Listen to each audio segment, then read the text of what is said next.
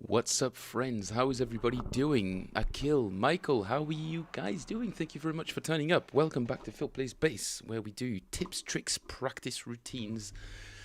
Exchange platform is the name of the game. We swap ideas, we swap cool videos, we swap cool things about our instruments. What do we like about them the most? Why is the bass the best instrument in the whole universe so far?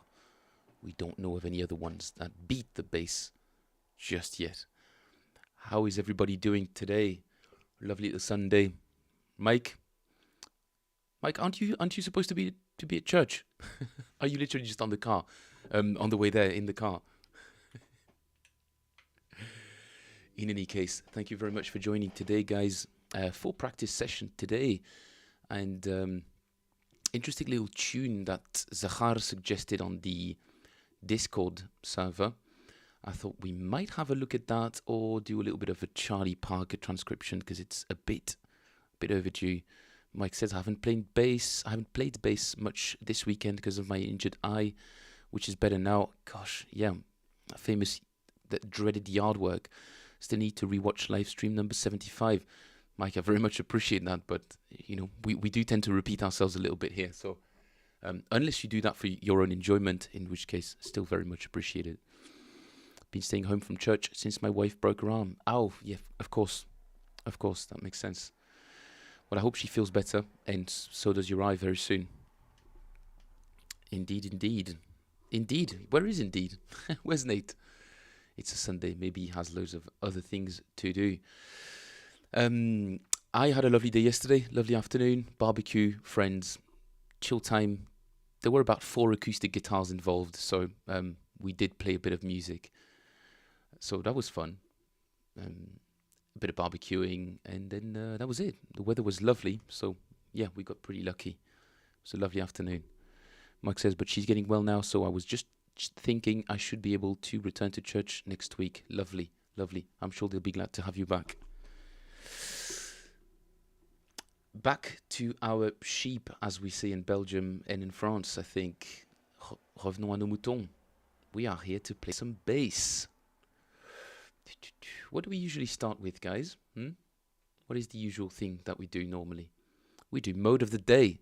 Mode of the day. Today is Sunday, the 7th day of the week, which means we are taking a quick look, basically an introduction to the 7th mode of the scale, which happens to be Locrian. We didn't do yesterday, which was Aeolian, so yeah, maybe we'll just do a bit of a recap on that real quick. Yesterday was the Aeolian mode. Camera's not displaying properly because I haven't switched it on the way it should be. There we go. Okay, action cam. The action cam is on. It's a little bit higher than usual. There we go. Should be a bit better now. Like I said, Friday we did Mixolydian.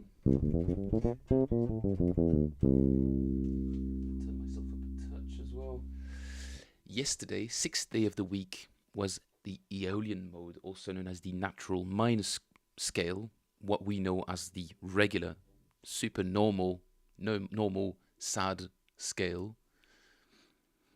Akil says, I gotta learn music theory. I heard it makes lives easier. As a musician, it sure does, man. It really does. But let this be a little introduction to you then. We all know the major scale.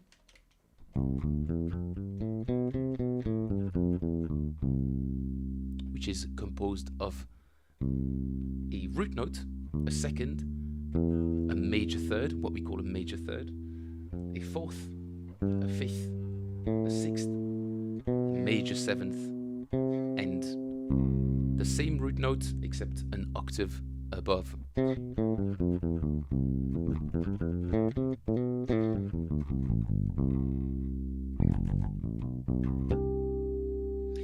But yesterday we were supposed to do the Aeolian mode, the sixth mode of the saddest of all keys indeed. Saddest of all modes for sure. Nate in the house. Saddest is D. Saddest. You know, you're right. Yeah, D minor. Yeah, people say that D minor is the saddest. Something to do with the frequency, which is it's at, which makes it particularly more poignant. Apparently, I don't know too much about the theory behind it, but it's I've heard it mentioned before. Yeah, that's true. Aeolian is the saddest mode of. Doesn't really matter which key you're in. If you play D minor, it has all of the minor keys without all of the weird alterations that the trump hands are back.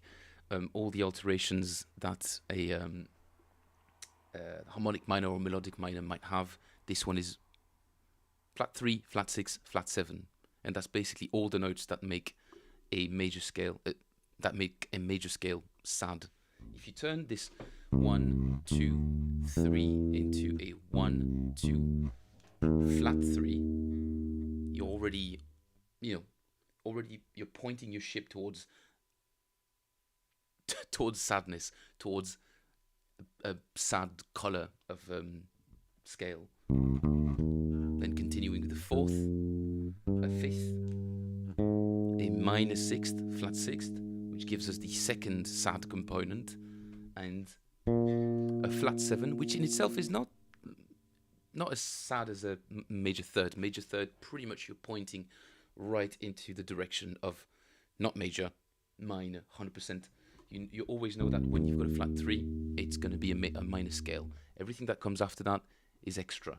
If you get that right already, you're in the right place for sadness.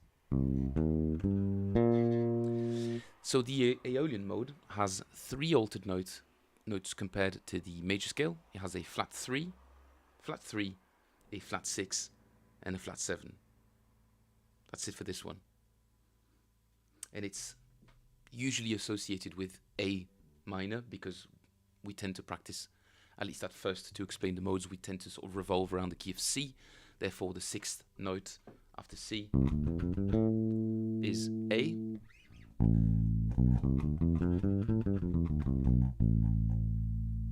And that is the Aeolian mode. All of the minor melodies that you know are usually based on that and or Dorian. And what will make the difference between Dorian and Aeolian will be that, if we're in C, that minor 6th. Just going to switch screens real quick. There we go. Today, however, is Locrian Sunday. Loco Locrian, as Michael is reminding me. This one has more altered notes than the Aeolian scale, but basically the exact same components that are altered are also altered in Locrian. So flat 3, flat 6, flat 7 are also, you also find that in the Locrian, but you have 2 more altered notes, 2 flattened notes that are played a semitone lower than they are in the major scale, and that would be our 2nd note and our 5th note, which altogether means that the 2nd, the 3rd, the 5th, the 6th and the 7th note are lowered, and the other 2 stay in the same place. The other 2, the other 1, the other 2, the other 2, the root obviously, and the 4th are left basically unchanged from the comparing it to the major scale, which gives us this very strange, very mysterious, very uneven, very uncomfortable sounding scale.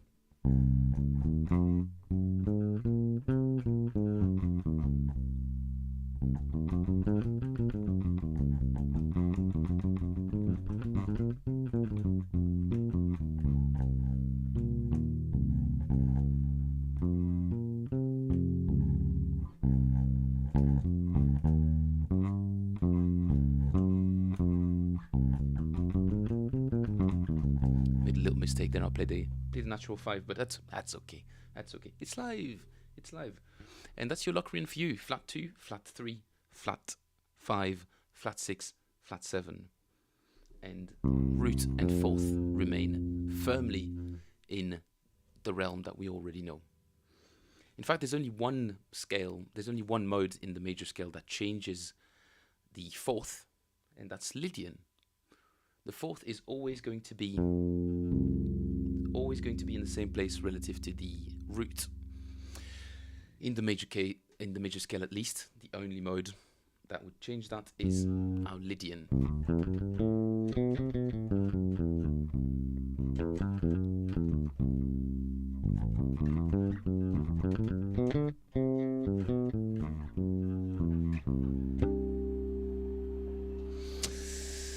Nate says, you're keeping Excalibur safe, I'm sure. Right, Sir Anthony? If you haven't named your Lackland's bass yet, I think we just named it Excalibur. I should name one of my basses Excalibur. You're right, Nate. I do call my Fender Jazz Betty, because it's black. Makes sense? Jackson makes basses? Jackson makes basses. They do? Oh, fair enough. Jackson basses? That's a good question. I don't remember actually seeing one. Jackson bass. Huh. How strange.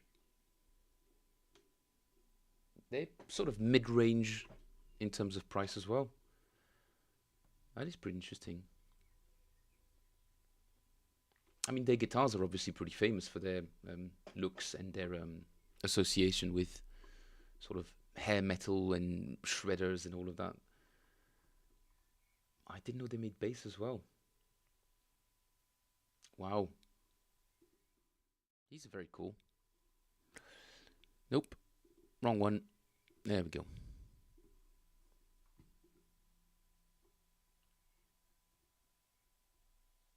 They look really cool. How have I never seen one of those ever? Do they... Yeah, I wonder if they mainly sell in the US. That could be why. Or maybe they're difficult to ship into Europe. Maybe there's not that much demand. I'm not sure. If my Brooks was here, if Brooksies was here, he'd be able to tell us. He must have owned or tried one of these at least once in his life, no doubt. I think the most popular ones from Jackson are their short scale models. Interesting. Must be heavy as hell. GS series, I think they're called. Surely somebody's trying them out on the internet.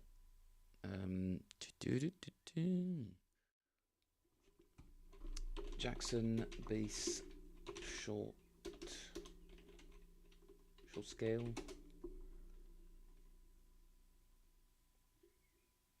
Oh, this one has a bit more of a conventional look.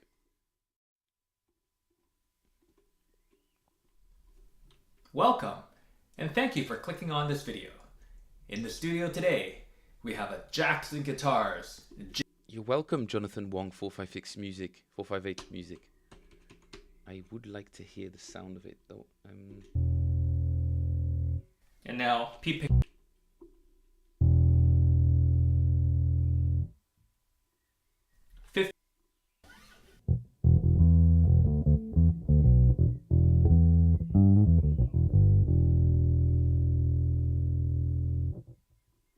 Let's roll the tone knob up to about 25%.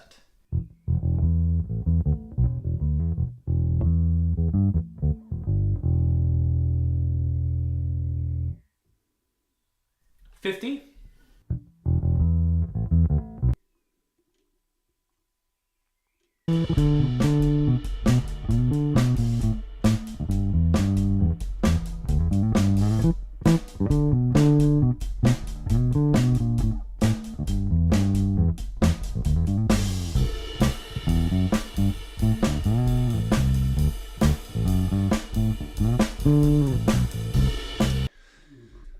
Doesn't sound too bad. You said $150 for this particular model. Damn, dude, that is really, really cheap.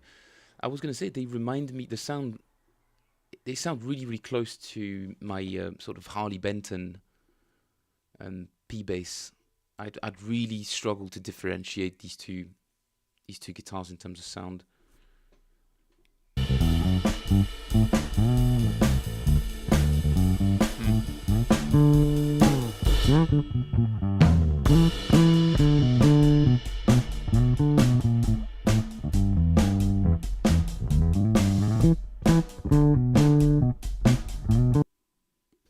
This satin black finish looks really, really cool.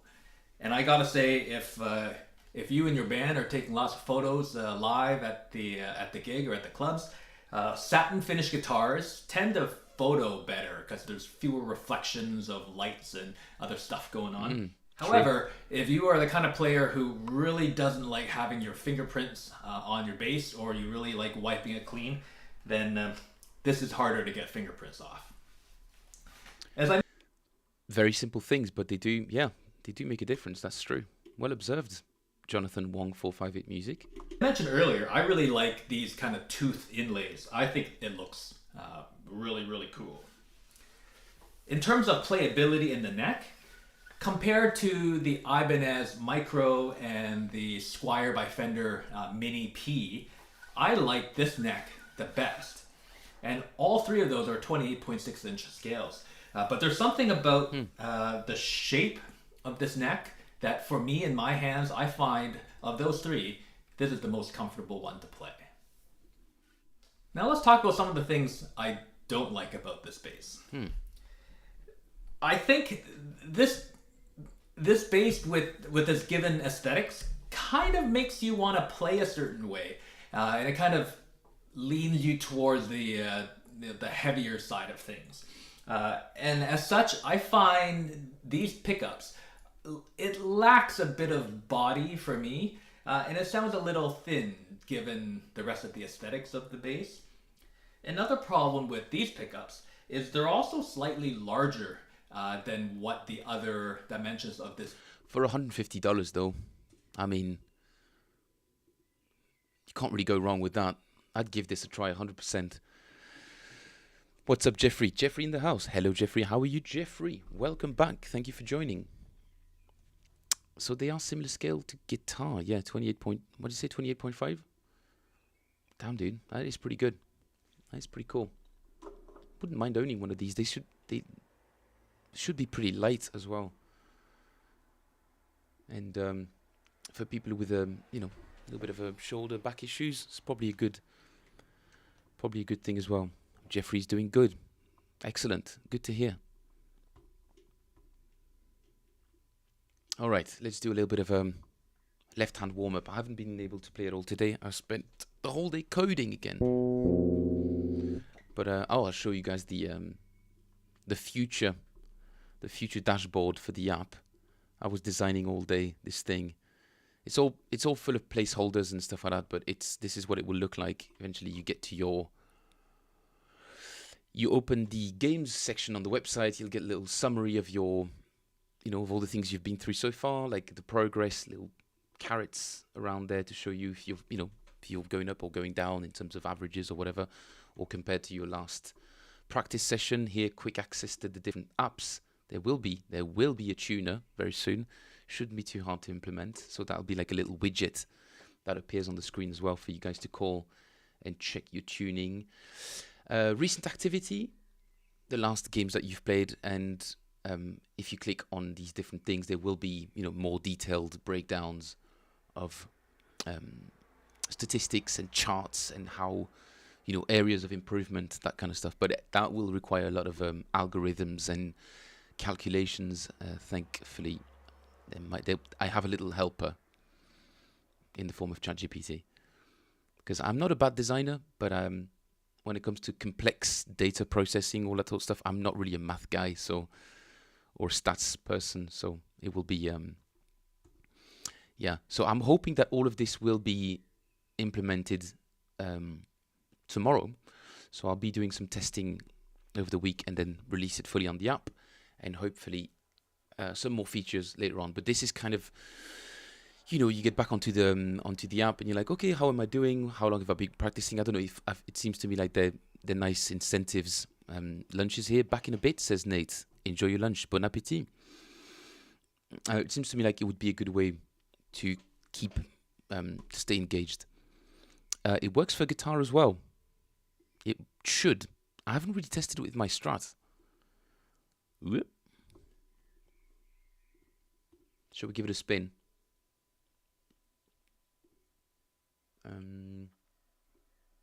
Let's try it with the guitar. I'm curious now. But yeah, essentially, guys, I'm spending all of my days working on this project because I think with your suggestions and feedback and tests and all of that, we should be able to come up with something that is at least useful to a certain extent. Maybe that fills a small gap. I don't want to say a small gap in the market or whatever, but something that may at least be useful to us for our purposes, and therefore, hopefully, be useful to more people. All right, Akil, let's see if this works. Starting in practice mode. Hopefully, it doesn't crash on me again like yesterday. Have I got the right audio input selected? I do. Not good.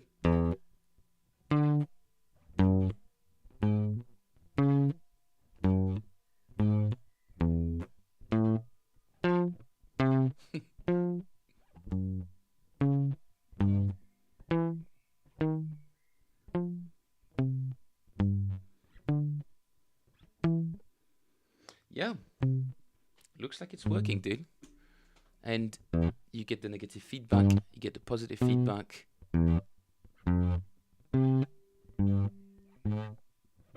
This is basically just to sort of get to know your fretboard, and all of that will be kept track of on the dashboard. Post API results, blah blah blah. So yeah, I've started scaffolding this thing here. So all of that's just placeholder text, but all the text is in place, all the structure, the HTML is there. Now I just need to make it looks nice and connect it to actual data. But that should be done by tomorrow, actually. So the new dashboard will be revealed. I'll do an on-stream reveal of the new dashboard tomorrow, and hopefully it doesn't crash on me in the middle of a demonstration. But yeah, it does work with guitar as well, I'm pleased to say.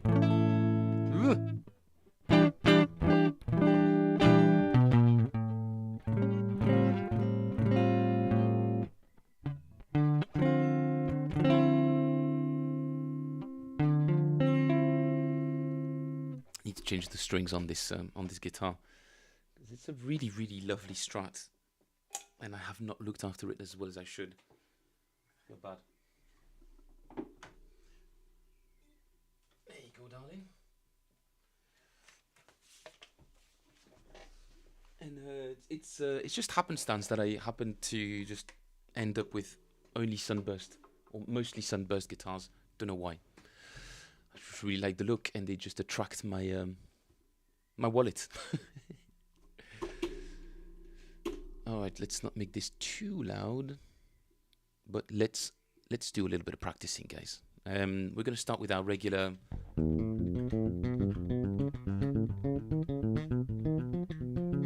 Mike says, what you do with software is like wizardry to me. I should call you Gandalf. It's not wizardry. It's again, same thing as the practice, Mike. It's I'm quite stubborn, quite obstinate, and once I start doing something, I've really struggled to think about anything else until it's completed or I've solved the problem. So you love an axe when you can see wooden grain. I can tell that by the look of your Lackland, Mike. It's also a natural wood. I do like them as well, but for some reason, every time I find a bass that I like and that feels good to me, it happens to be a sunburst. Yeah. Philippe is a Fender man through and through, apparently. All right, let us crack on with this exercise. I'm not sure what rhythmical subdivision I'm going to use today. That beat is a bit much though, isn't it? It's going to get on everyone's going to get on everyone's nerves. Let's just stick with a click for now. It's a bit more discreet. 3, 4.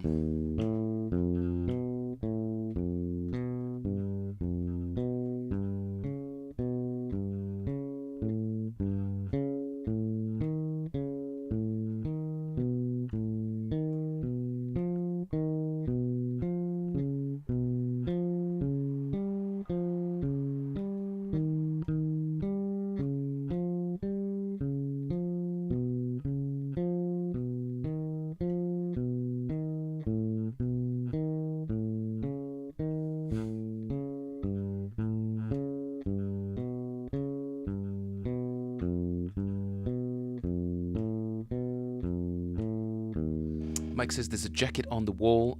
Are evenings in Belgium cool? No, I literally just hung it there as I came back yesterday from the barbecue, and just cracked on with work.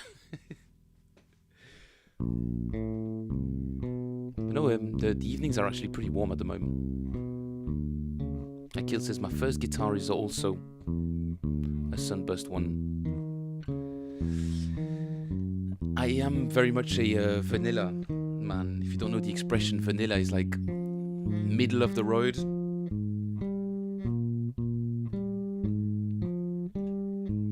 I like classic looks when it comes to instruments.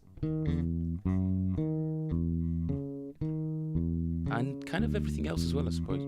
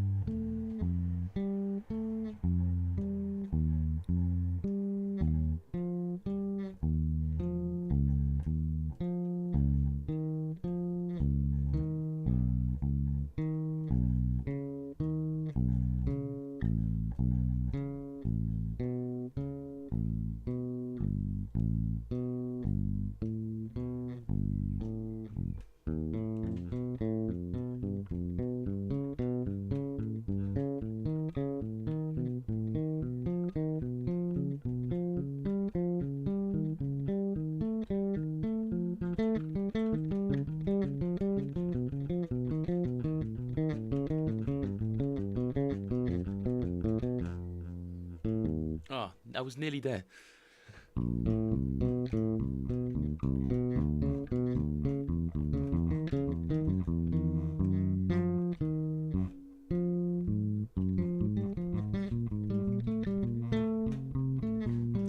Trying to switch between the two, but it's not working really well.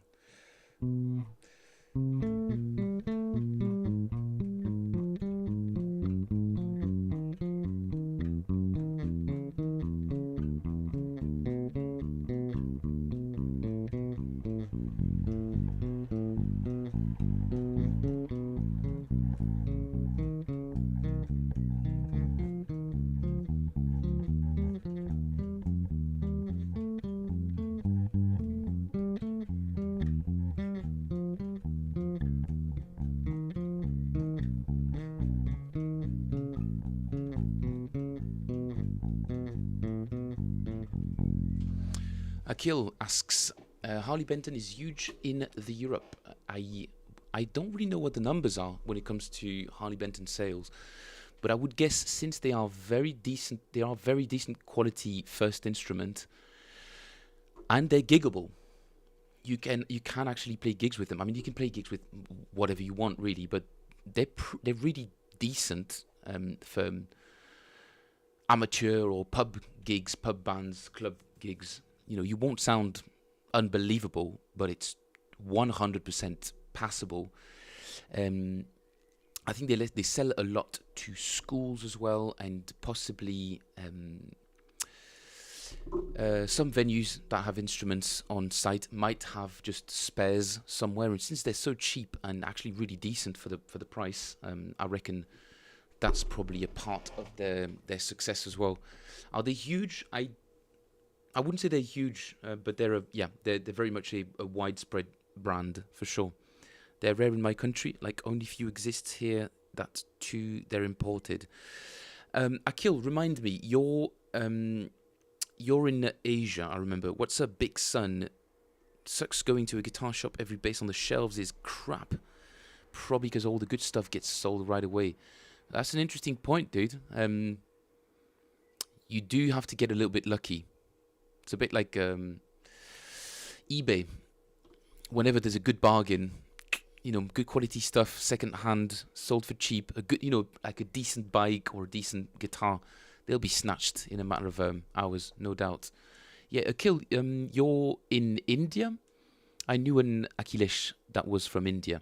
Worked for the Times of India as a journalist, actually. Very lovely guy. Michael says, I mowed half the yard yesterday until rain chased me indoors. When I mow, my bass playing is off. When I mow my bass, playing is off. I can imagine. It's very hard to mow your bass and play it at the same time. My hands are a bit off. Made me wonder if when you go to the gym, is your playing off that evening?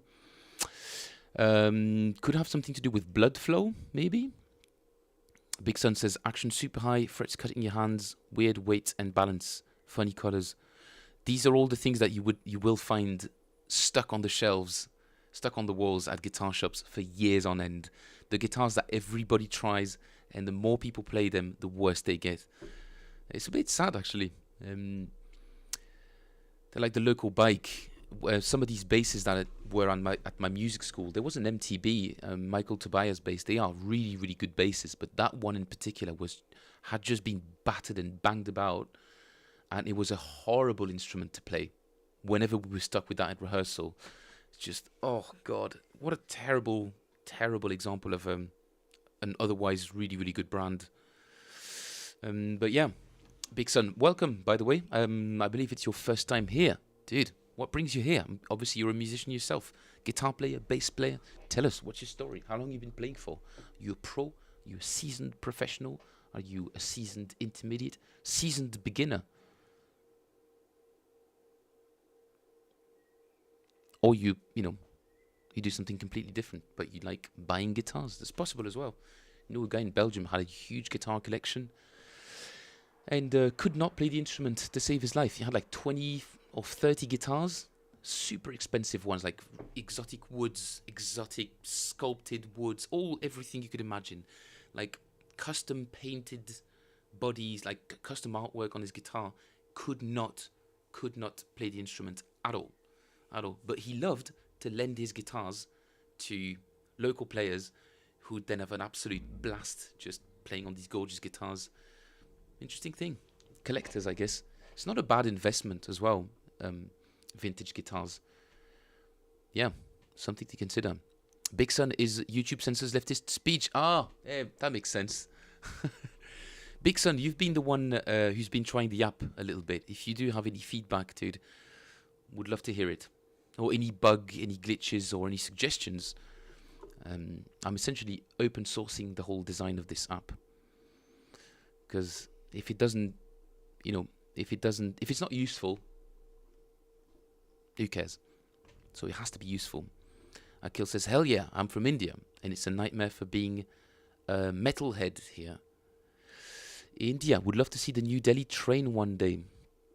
There are some very breathtaking sights in India, as far as I know. That massive statue is in India. There is that... We watched an Indian guy doing like guitar virtuoso type of thing with his band. Long black coats, black turban. I can't remember what they were called. Yeah, you might know them, Akil. They were all over Instagram. They're like proper guitar compositions, like metal type thing. All like long black coats, long black beards. Hard to find a blonde beard, I suppose, in India, but black turban, and he's actually pretty famous. What else have we got to do today, friends?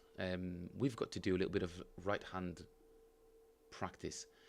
Do you guys struggle with your right hands? I think most people do. I still do myself.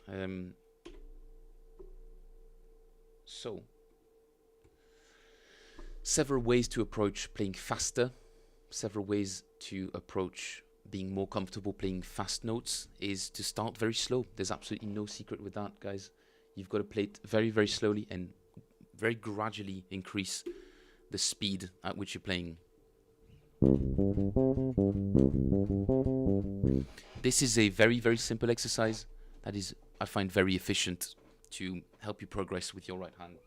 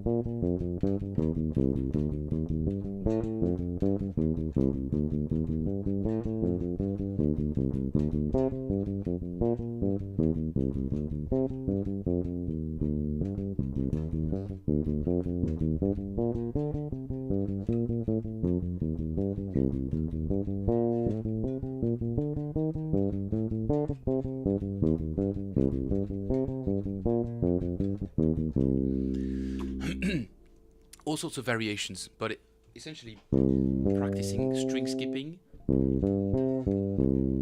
up,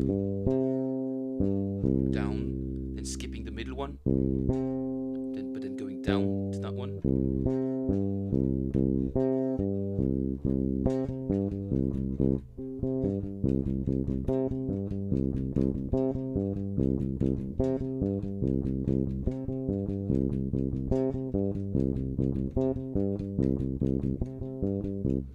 Big Sun says, yeah, I played around with it a bit. I could only get the inversions game to work because I don't think anything else seemed to have an input for my bass. That's interesting, Big Sun. Sorry if I understand what you're saying. I played around with it a bit. I could only get the inversions game to work because I don't think anything else seemed to have any input for my bass. There were still features on there are buttons that don't really do anything, and as far as I know, the version that's actually available on the website for now, the inversions game does not work because I don't trust it just yet. It's still it needs a bit more testing, but it is working. I am still testing it on my machine. Let me demonstrate real quick. So if I turn the inversions chords and inversions on, metronome, that doesn't really do anything so far. Let's put it in practice mode. Nah, this is fine. Okay, G major root position. D sharp major first inversion. B major first inversion. D major first inversion. B flat major root position. Whoops. D flat major root position. Oh, could have some minor diminished and augmented in there. Why not? A sharp diminished root position.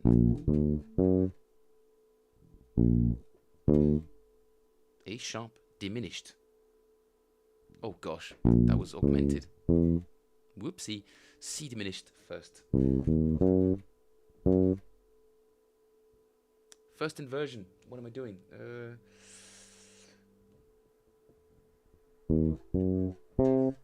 There we go. Augmented first inversion. Well, it's essentially the same thing for F all the way.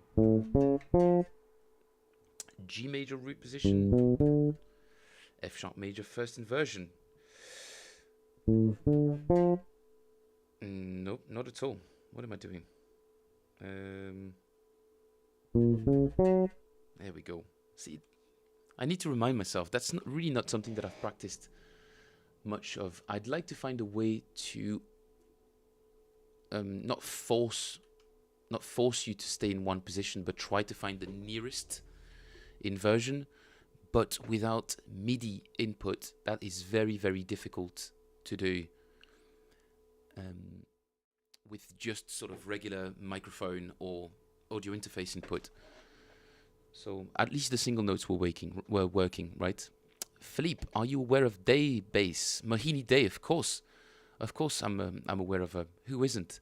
She's, yeah, something to behold.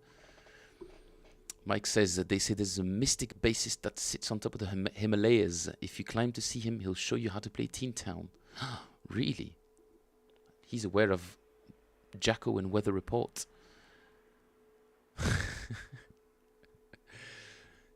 Hopefully, if he can play Teen Town, he should be able to give you some clues on how to approach music theory. But yes, Akil, who doesn't know Mohini Day, really? She's Mohini Day. What's the first thing that pops up about Mohini? These are very, very old videos. Let's have a listen.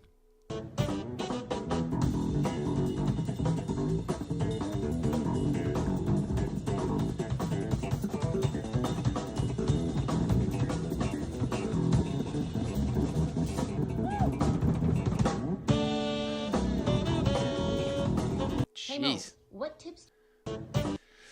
Yeah, she's beastly, isn't she? As a player, I mean, you know, she's very good. Is she's from India as well, is she? Because she speaks English so well. I'm do you know what I mean? No, she speaks English so well. That's wrong. It's not correct to say. I mean, she doesn't really have an accent the same way, you know. Most people can tell I speak French. Apparently, apparently people never mistake me for anything else than a French-speaking person. But maybe she went to school in America or something like that, because she sounds kind of, she has an accent that's very difficult to place. That's what I mean. But I'm guessing she's from India, because she did all the, her dad is a musician as well, and I think she did all the, she's very well versed in all the Carnatic stuff, all the Indian musical tradition.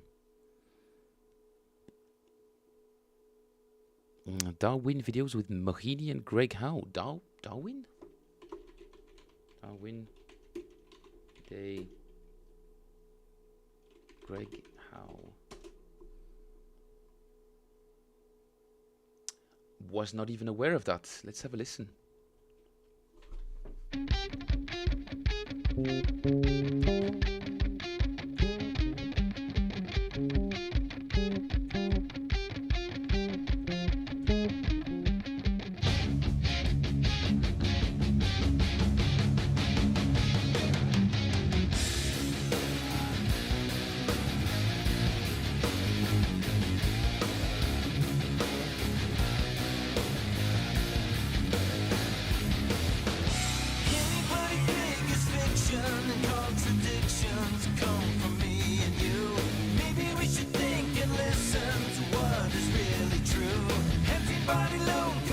Very Dream Theater.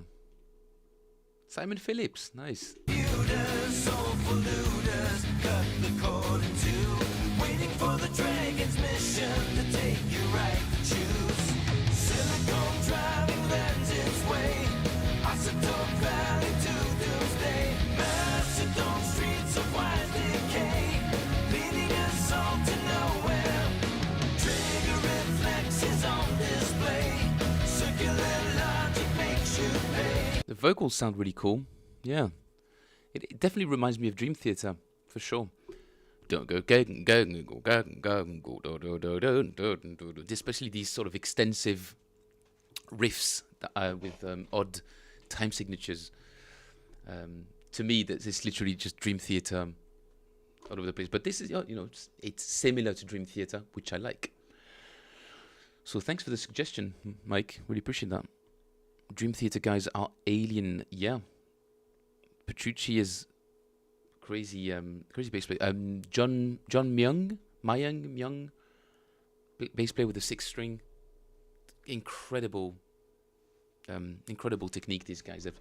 I went to see them live in 2002, 2001 maybe, when the album came out called. It had As I Am on it, and they opened with that. As I Am Dream Theater. This album called Train of Thought came out in 2003, and I went to see them in 2003, 22 years ago. My, oh my.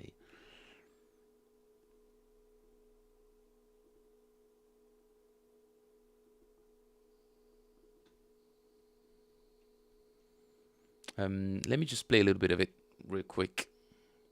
It's been a while, but still kind of remember it. No, that's Metallica.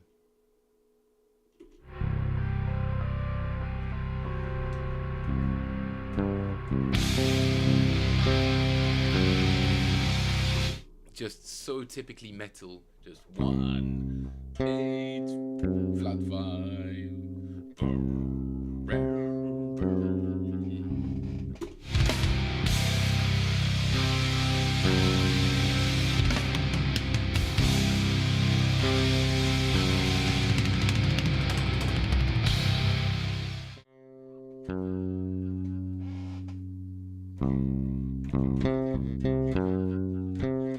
No.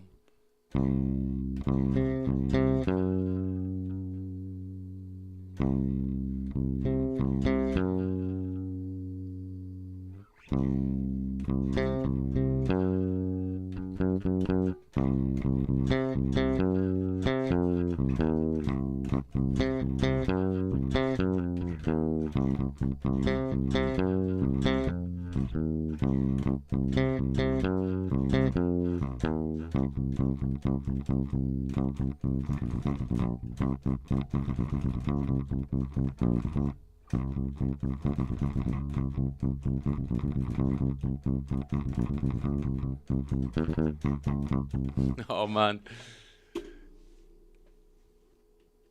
I remember playing this in my bedroom, just head banging along to it. Just a long time ago. Really good tunes, that album as well. I was more into metal than prog stuff at the time. That came to me a bit later. In the meantime, guys, I don't feel like I'm doing enough playing. Not enough playing. Rick Beato always says people don't do enough playing on their streams, and I think he's right. There needs to be more playing. I really wanted Zahar to be here so that we could start having a listen at one of the tunes that he's been trying to transcribe. Where is Amazing Slowdown? Oh, Jesus. Okay, there it is. Right in your face. Well, in my face, not yours. It's called Changing Seasons. It's like an anime or video game. I'm not sure exactly what it is, but it has a really interesting bass line. Actually quite difficult to pick up on first or second or third or fourth or fifth listen.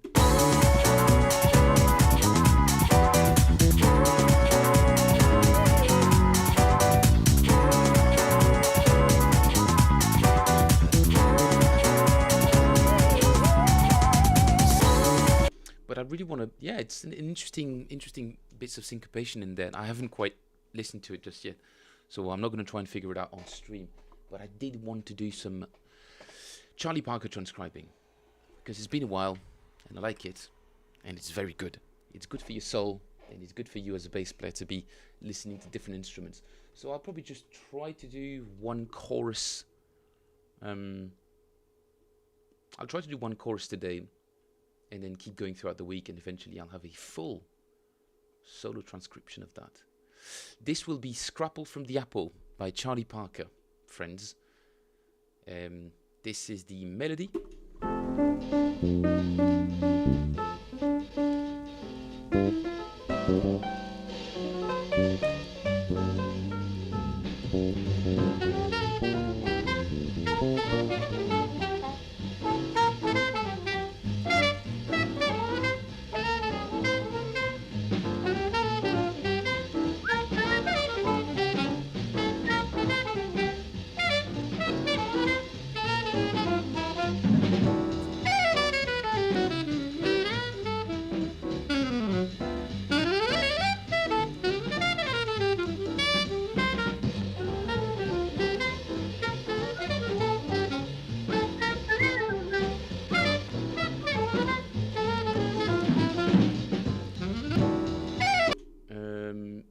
started at the wrong place, so ends at 49 seconds roughly.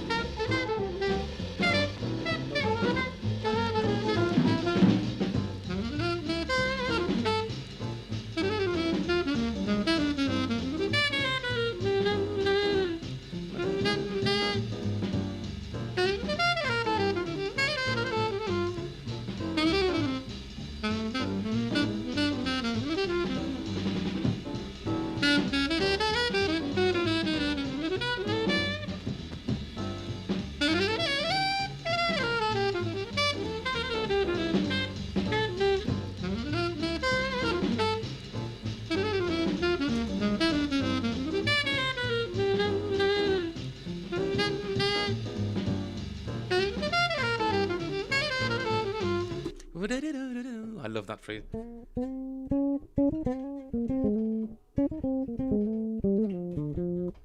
Something like that. Let's get started. I wanted to get the first. The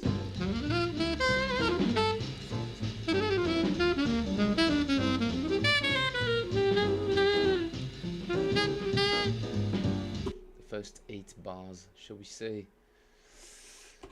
8 bars in.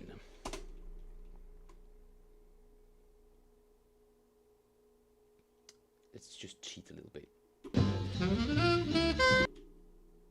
And that's the opening phrase, ladies and gents. The opening phrase. Do do do good do do do go da do do do.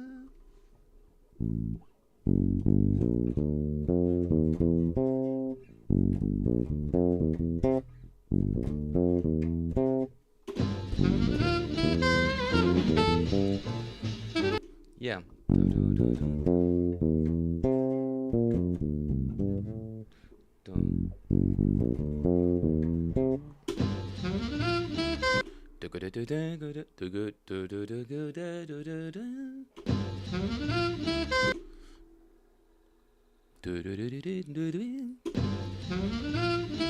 Yeah.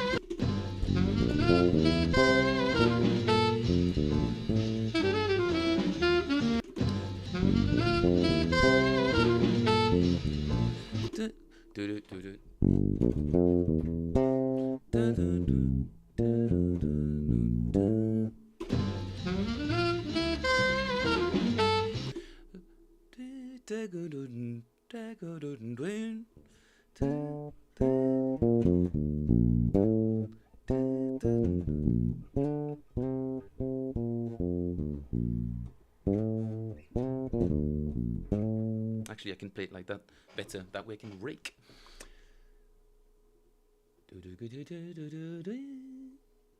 Maybe I'll play it up there, actually.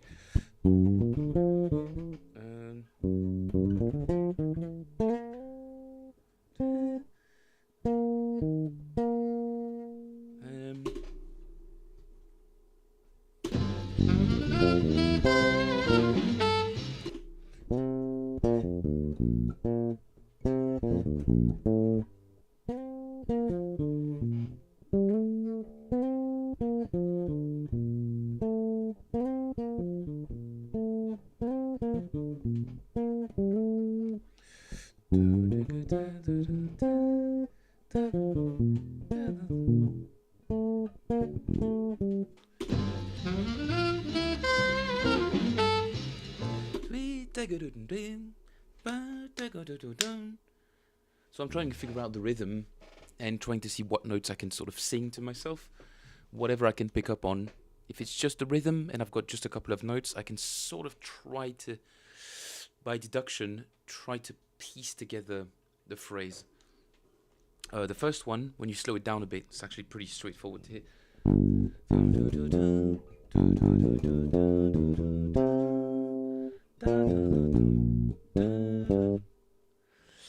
We're in G minor 7 for the first chord. So approach note F sharp 1, 3, 5, 7, and then an approach note to the natural sixth. So that's 6, natural 6, just as an approach note. Ending on the 11th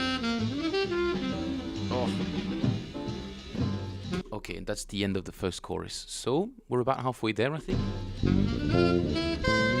Whoops.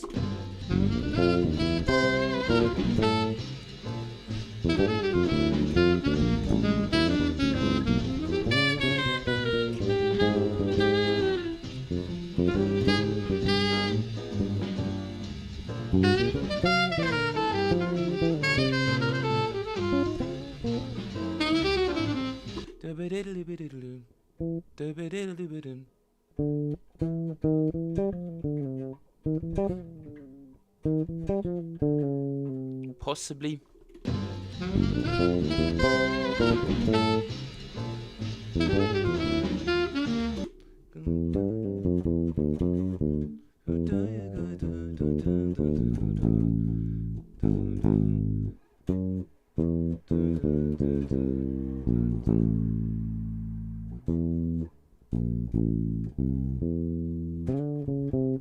Yeah, we'll figure it out.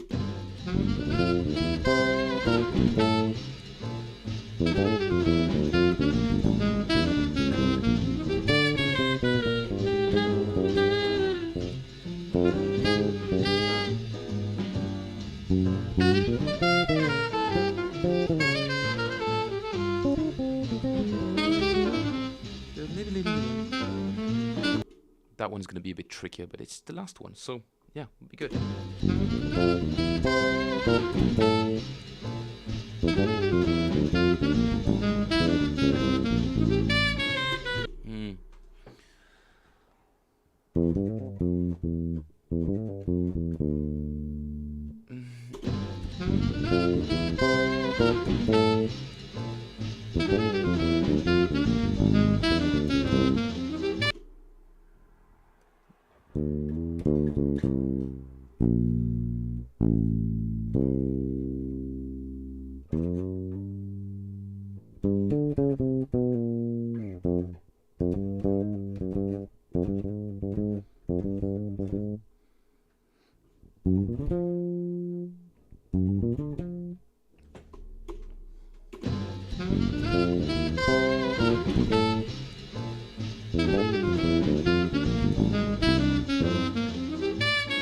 I'm just missing that one note.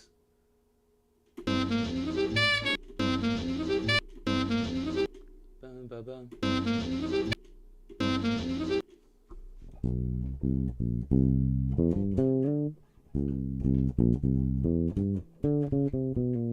Okay. 1, 2, 3, 4.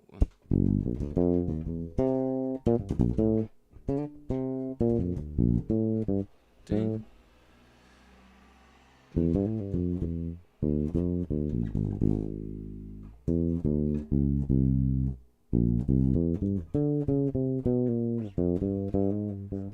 Okay. I've got it. I'm not going to be able to play it correctly, but I've got it. Not at full speed though, probably. Oof, jeez. Way too fast.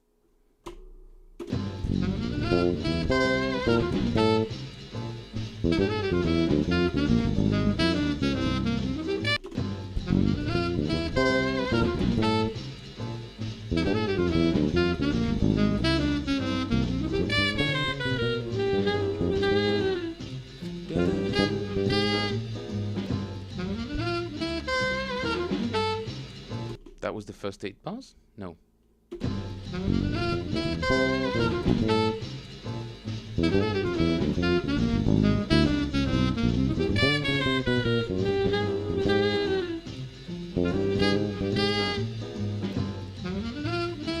I guess that was the first 8 bars. First 16, then I suppose, is what we have to do.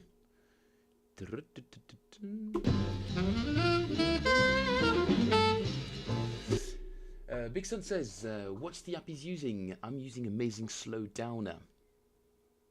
Yes, it is an app.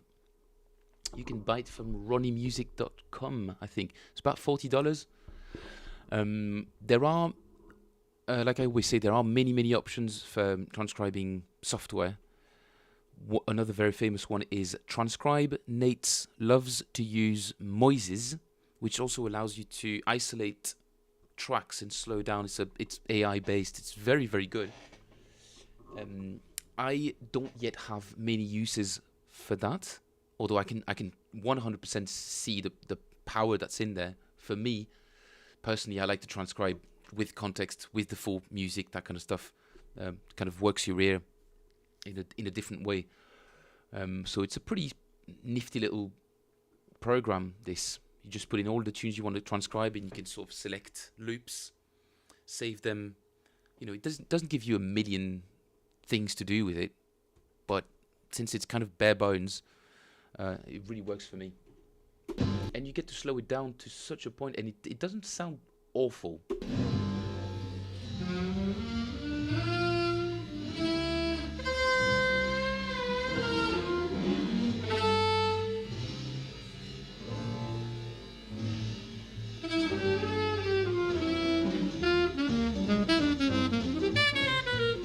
You can really, really play with this thing.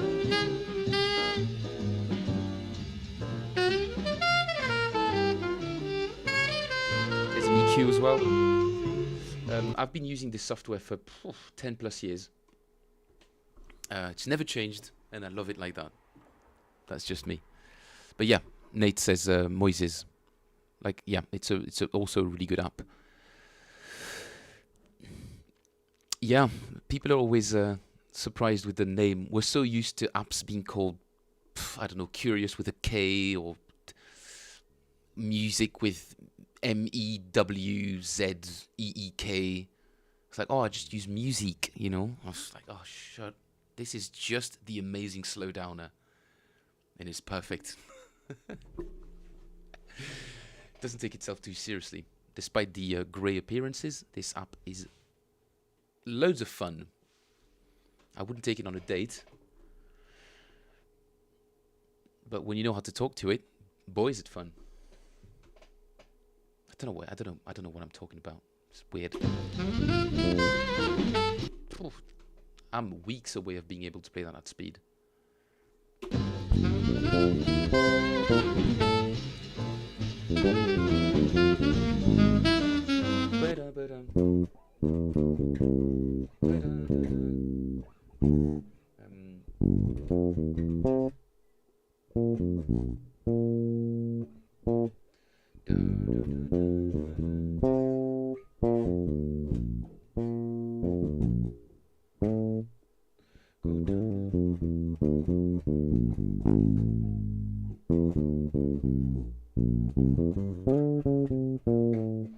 I will slow it down a touch more. That way I'll be able to cement that into my brains.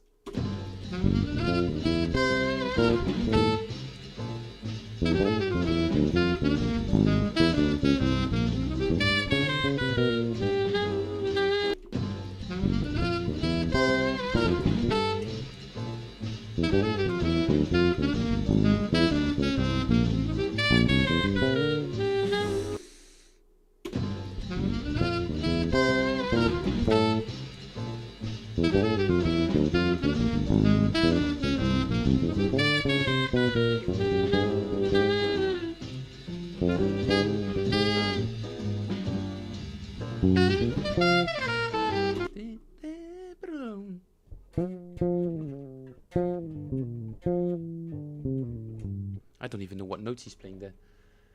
I cannot hear that.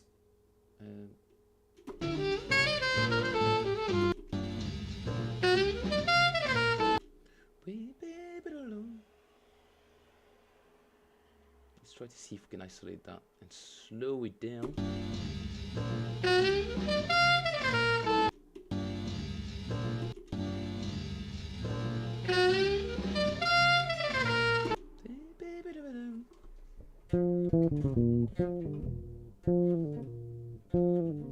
Could probably just hammer that on, or hammer on in pull-offs.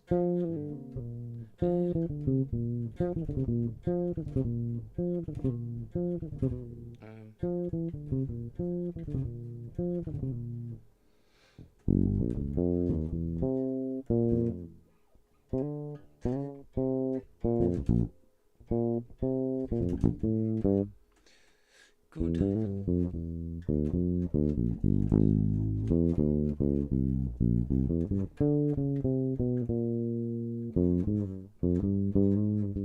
It's literally just accessible right there, that lick.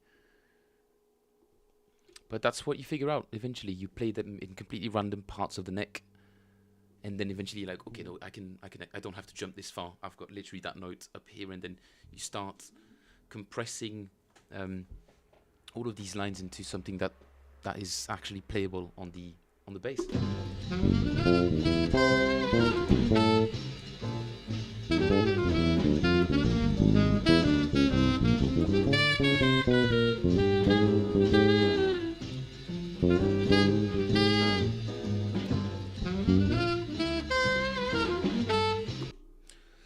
One, two, three, four.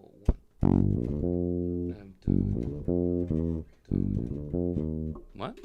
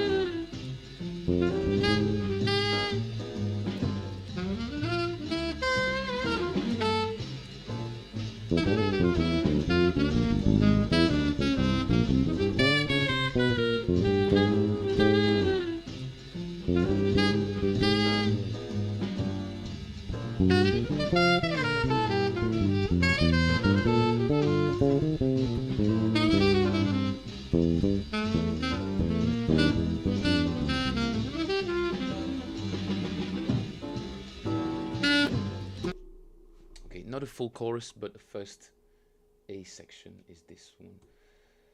Not 8 bars, but 16. I'm starting to get pretty hungry, guys. So we have a bit of fun, play some tunes, and then move on to something else. Mike says, I'm not a dyed-in-the-wool jazz cat, so these lines are like another language to me. I've been forced to feeding myself jazz for 5 years, but maybe I should have started when I was very young. But I want to get jazz, so I'm loving this. Mike, there's only one way to absorb the language is, like you say, exposing yourself to it. But if you like jazz, that's all it takes. If you like the sound of it, you won't struggle with it. If you're trying to use it as a vehicle to get better, then maybe a different approach is more likely to work for you. Because if you have to sort of force feed yourself a type of music, it might actually have the opposite effect. You might start hating it or associating it with slightly negative, like feels like work. Whereas when I'm transcribing this doesn't feel like work to me. It's so pleasing to dissect. I find it so rewarding to dissect these lines and really like let them seep into my vocabulary slowly, and I'll sing them in my head when I'm just doing some other chores around the house, whatever. And eventually they become part of your language, but it has to be something that you do enjoy doing, for sure. Otherwise, it's okay to sort of venture outside of your comfort zone, but always be sort of mindful of how much you start hating the thing you want to. Don't hate the thing you want to become. I don't know if I like that phrasing, But if you're not enjoying the process, you might start associating it with work, or at least something you don't want to do, but you're forced to do. Practice has to be. It has to remain something that you like doing, even when it's hard. Even these exercises that we did that were very, very painful. Yeah, they're very painful, but I'm not being put off by it. I don't walk away from a hard practice session thinking, boy, this is hard. I hope I don't have to do that tomorrow. I'm like, every day, because I see the small incremental progress, that is feeding the engine for my wanting to get back on the instrument immediately after I put it down. So the really small increments, but deciding you want to get jazz. First, you've got to like it. You know, if it's something you want to understand just because it looks complicated, I'd say take a beat. You can say that, right? Take a beat, take a pause, and begin with something that you really appreciate about jazz. Spend some time trying to listen to different composers, different band configurations. You might find that you really love big band, and that might be your way in. You see what I mean? But if you have to fight against something that you don't really like at first, it's going to be a struggle all the way. You've got to find a door that actually lures you in. You know, opening the door to a random club on a street, and you're like, I don't like that music. I'm not going to have a good time here. But it's full of intelligent people. You're going to have great conversations. You're going to have like really rich intellectual things. Yeah, but I'm just not feeling it. Then you walk to the next club and you're like, okay, it's a bit more my thing. But up until you find a door that you're like, okay, this really pulls me in, then that will be your way maybe into the first club in the first place, once you start getting more into it. I have to have a little soapbox moment on every stream, right? That was it. You do hate hard bop, where I can't even tell whether one is or what key it's in. Yeah, for sure, man. It's jazz is an art form that progressed really fast compared to the sort of generations. I mean, it's only 10 years essentially between, let's say, 20 years between bebop and hard bop. Right, roughly 15, 20 years. It's not a long time for a genre of music to be exploring such different approaches. You know, bebop is still really pleasing. You may not understand the lines and the harmony behind it, but it still speaks to you because it's just so energetic and kind of furious, but it stays very diatonic in a way, apart from all the little approach notes that sort of make it kind of exciting, but it stays relatively understandable. You can feel it's joyous. Hard bop, it might as well just be a completely different. It is a different approach, obviously, melodically. But the art form progressed really, really fast, and I think people think they have to just understand all of these things as if they were the same thing. No. Start with Jamie Cullum. You know, start with some pop jazz stuff. Not you guys in general, but that's what lured me in. I started loving jazz when I started listening to Jamie Cullum, and I was like, whoa, this guy's meant. This is insane. And then eventually I realized that he was just, you know, taking bits from the tradition and turning it into pop songs. People would argue for days and days and weeks and years, they've been arguing whether or not some of these pop artists are part of jazz. But for me, I was just so glad they were there because it was my entry point. I didn't hate the sound of it, and it was sweet enough that I could still it didn't feel risky. I didn't feel completely abandoned in a wild jungle, and I didn't know up from down or whatever. It was very attached to the sort of pop world, the structures, the melodies. But eventually you kind of it's like, okay, so he says he's inspired by this artist, and then eventually you start getting into different things. But if you have to fight just because you want to get it because it's cool, then find a different door. That's what worked for me, at least. So I'll speak to my own experience, and I'm not ashamed to say that I started off with some very poppy stuff. I went from metal to Jamie Cullum. Yeah. Uprooting myself. This Charlie Parker is great. So was Oscar Peterson. Indeed, they were very much part of a similar tradition of very melodic jazz. Very melodic, very understandable lines. And that's what hard bop came against as experimentation. They wanted to go beyond that. They wanted to go beyond the very diatonic things, and they started getting much more into modal harmony. And then eventually it turned into, you know, the kind of blue type stuff, and then more and more towards Coltrane, and all of these crazy things. I need to refresh my jazz history, guys. I'm not going to lie. This is putting me on the spot a little bit. You think I hate bop too? Oh, that's a shame, dude. Oh, hard bop, hopefully. Because this is bebop. This is bebop. Bebop Balula. I like Kind of Blue very much.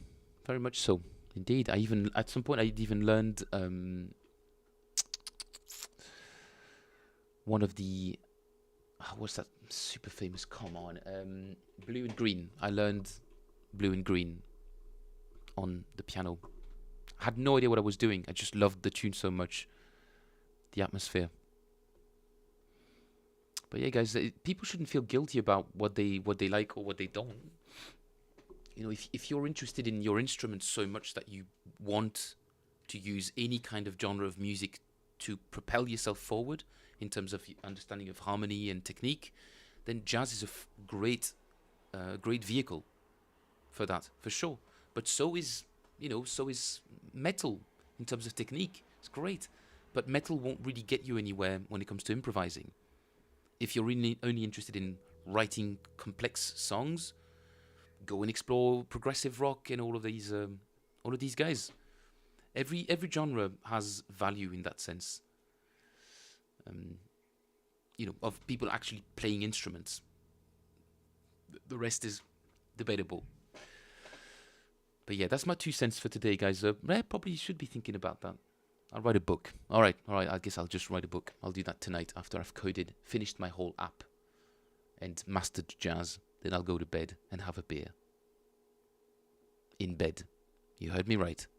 Gents, thank you very much for joining me today. Gonna have some food, and then gonna program some more this evening so that the dashboard is ready to be enjoyed by you guys tomorrow.